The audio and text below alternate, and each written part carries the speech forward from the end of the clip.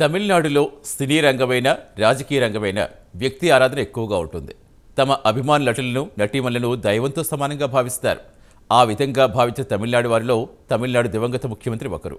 సినీ నటిగా జీవితం ప్రారంభించిన జయలలిత ఎంజీఆర్తో ఉన్న చనువుతో రాజకీయ రంగంలో ప్రవేశించి ఎంజీఆర్ అనంతరం అన్నాడీఎంకేకు తిరుగులేని నేతగెదడమే కాకుండా ముఖ్యమంత్రి కూడా అయ్యారు.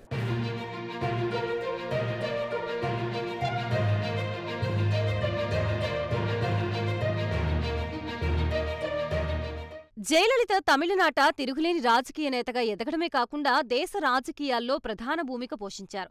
1999లో వాజ్పేయి ప్రభుత్వం ఒక్క ఓటుతో కూలిపోవడానికి జయలలిత మద్దతు ఉపసంహరించుకోవడమే కారణం. జయలలితపై అనేక అక్రమాస్తుల కేసులు నమోదయ్యాయి. ముఖ్యమంత్రి పదవిలో ఉండగా అరెస్టైన నేతగా రికార్డుకెక్కారు.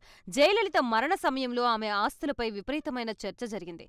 బెంగళూరు కోర్టులో కొన్ని కేసులు ఉన్నాయి. తాజాగా బెంగళూరులోని 36వ సిటీ సివిల్ కోర్టు జయలలితకి సంబంధించిన వజ్రాభరణాల గురించి కీలక నిర్ణయం తీసుకుంది. జయలలితకు చెందిన 27 కిలోల బంగారం, వజ్రాభరణాల్ని ఈ ఏడాది మార్చి 6-7 తేదీల్లో రాష్ట్ర హోంశాఖ కార్యదర్శికి అప్పగిస్తామని ప్రకటించింది. అవినీతి కేసులో జయలలిత దోషిగా తేలి 4 ఏళ్లు జైలు శిక్ష అనుభవించింది. ఆమె మరణించిన 7 ఏళ్ల తర్వాత ఈ నిర్ణయం తీసుకోవడం గమనార్హం. జయలలిత చరాస్తులు, స్థిరాస్తుల్ని వేలం వేయడం ప్రత్యేక కోర్టు ప్రస్తుత విచారణలో ఉంది. ఆభరణాల్ని వేలం వేసిన తర్వాత కోర్టు ఆమె స్థిరాస్తుల్ని వేలానికి తీసుకురానుంది.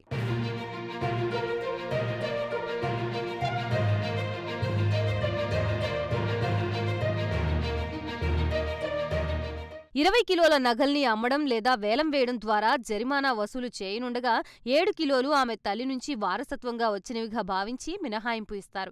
జయలలితకి ఖాతా ఉన్న కాన్ఫిన్ హోమ్స్ లిమిటెడ్ బెంగళూరులోని ప్రత్యేక కోర్టుకి దాదాపు 60 లక్షల్ని అందజేసింది.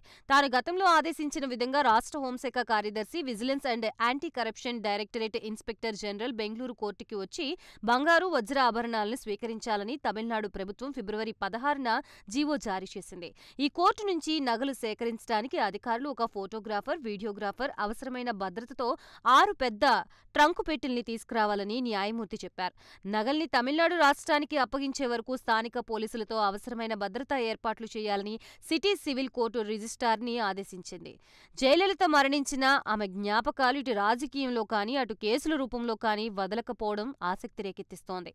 ముందు ముందు ఇంకా ఇలాంటివి ఎన్ని వెలుగులోకి వస్తాయో వేచి చూడాల్సిందే.